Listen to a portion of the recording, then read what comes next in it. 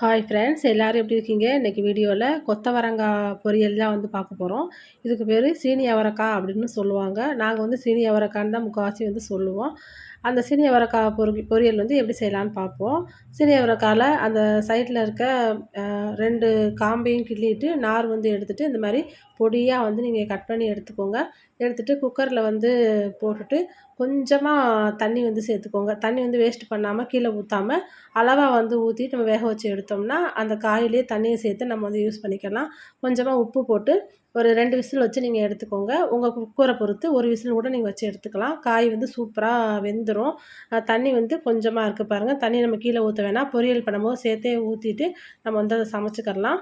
இப்போ சீனி அவரைக்காய் வந்து வெந்துருச்சு. இப்போ அதுக்கு ஒரு மசாலா வந்து நம்ம அரைக்க போகிறோம்.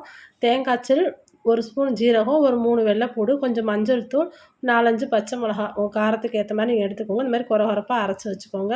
இப்போ ஒரு பாத்திரத்தை அடுப்பில் சூடு பண்ணிவிட்டு அதில் தேவையான எண்ணெய் ஊற்றிட்டு கடுகு போட்டுக்கோங்க. கடுகு போட்டோன்னே உளுந்து வந்து கொஞ்சம் அதிகமாக சேர்த்துக்கோங்க. இந்த பொரியலுக்கு வந்து உளுந்து வந்து ரொம்ப டேஸ்ட்டாக இருக்கும். சாப்பிடும்போது அந்த பருப்பு வந்து மெல்லும்போது நல்லாயிருக்கும்.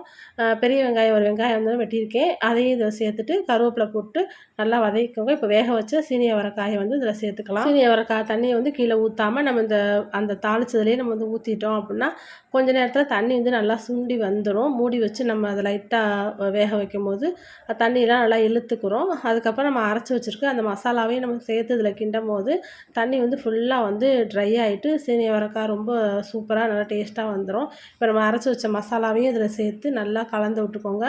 கலந்து விட்டுட்டு இருக்கும் போதே தேங்காய் இதெல்லாம் சேர்ந்து இருக்கும் போது தண்ணி வந்து எங்கே போச்சுன்னே நமக்கு தெரியாது. அந்தளவுக்கு சூப்பராக சீனி அவரைக்காய் பொரியல் வந்து ரெடி ஆயிரும். இப்போ உப்பு வந்து கொஞ்சம் பத்தலை. காய் வேக வைக்கும்போது கொஞ்சமாக உப்பு சேர்த்தோம். இப்போ வந்து உப்பு கொஞ்சம் சேர்த்துட்டோம்னா ஈவனாக எல்லாமே வந்து டேஸ்ட் வந்து ரொம்ப சூப்பராக இருக்கும். தேங்காய்லாம் போட்டுக்கனால உப்பு வந்து கொஞ்சம் பத்தாத மாதிரி இருக்கும். அதனால் வந்து நீங்கள் உப்பு வந்து கொஞ்சம் பார்த்து போட்டுக்கிறது நமக்கு நல்லது. உப்பு கூடி போச்சுன்னா நம்ம சாப்பிட முடியாது. இப்போ சீனி அவரைக்காய் பொரியல் வந்து சூப்பராக ரெடி ஆகிடுச்சு. இது வந்து ரசம் சோறுக்கு, புளிக்குழம்பு இந்த மாதிரிலாம் வச்சு சாப்பிடும்போது ரொம்ப டேஸ்ட்டாக இருக்கும். காரம் மட்டும் நீங்கள் கூட்டி குறைச்சி போட்டிங்கன்னா ரொம்ப சூப்பராக இருக்கும். கண்டிப்பாக வீட்டில் ட்ரை பண்ணி பார்த்துட்டு எனக்கு வந்து கமெண்ட்டில் சொல்லுங்கள். இந்த வீடியோ கண்டிப்பாக உங்கள் எல்லாருக்கும் பிடிச்சிருக்கும். இது வரைக்கும் என்னோட சேனலை சப்ஸ்கிரைப் பண்ணாதவங்க ப்ளீஸ் சப்ஸ்கிரைப் பண்ணிக்கோங்க. இந்த வீடியோ பிடிச்சிருந்தா லைக் பண்ணுங்கள், ஷேர் பண்ணுங்கள், கமெண்ட் பண்ணுங்கள். ராம்ஜோ சமையலறை சேனலை சப்ஸ்கிரைப் பண்ணுங்கள். பெல் பட்டனை கிளிக் பண்ணுங்கள். நன்றி.